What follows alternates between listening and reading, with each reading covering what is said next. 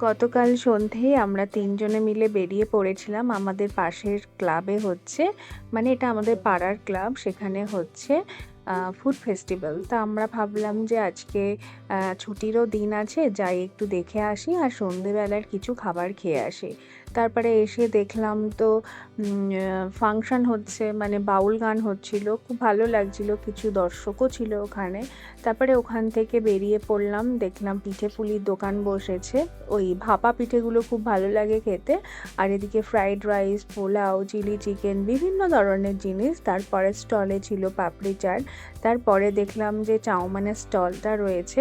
আজকে 2 দিন ধরে মেলাতে আসছি, কিন্তু চাউমিনের স্টলে কিন্তু কোনো লোকের দেখা ছিল না, হয়তো দাম বেশি বলে। তারপরে দেখলাম হঠাৎ করে ক্লাবের ভেতর থেকে বেরোচ্ছে আবির চ্যাটার্জি। তো আবিরকে দেখে আমরা দাঁড়িয়ে গেলাম। তারপরে আবিরের পেছন পেছন তো আমরা আবার চললাম স্টেজের সামনে।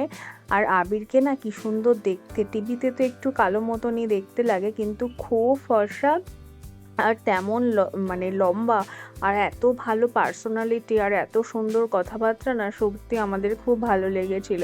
তারপরে স্টেজে যখন ও উঠলো তখন ওকে সবাই বরণ করে নিচ্ছিল, ক্লাবের সেক্রেটারি যারা আছে তারা।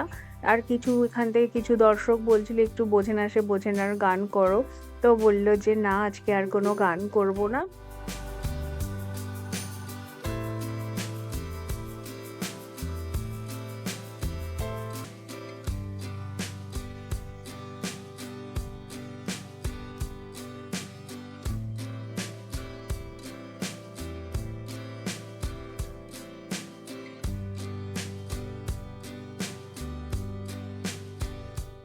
যত ধরনের খাবার হয় সব কিছুর স্টল ছিল। আর এই দোকানটাতে না, মানে এই পাড়ারই এক মেয়ে দোকান দিয়েছে, তার দোকানটাতে ভালোই ভিড় ছিল।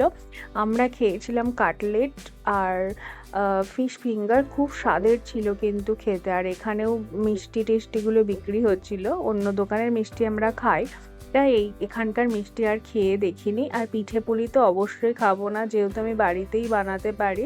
আর সবার লাস্টের কাউন্টার ছিল মকটেল। আমরা এইসব দেখে খেয়ে টেয়ে চলে আসলাম, আর আজকের সন্ধ্যাটা খুব এনজয় করলাম।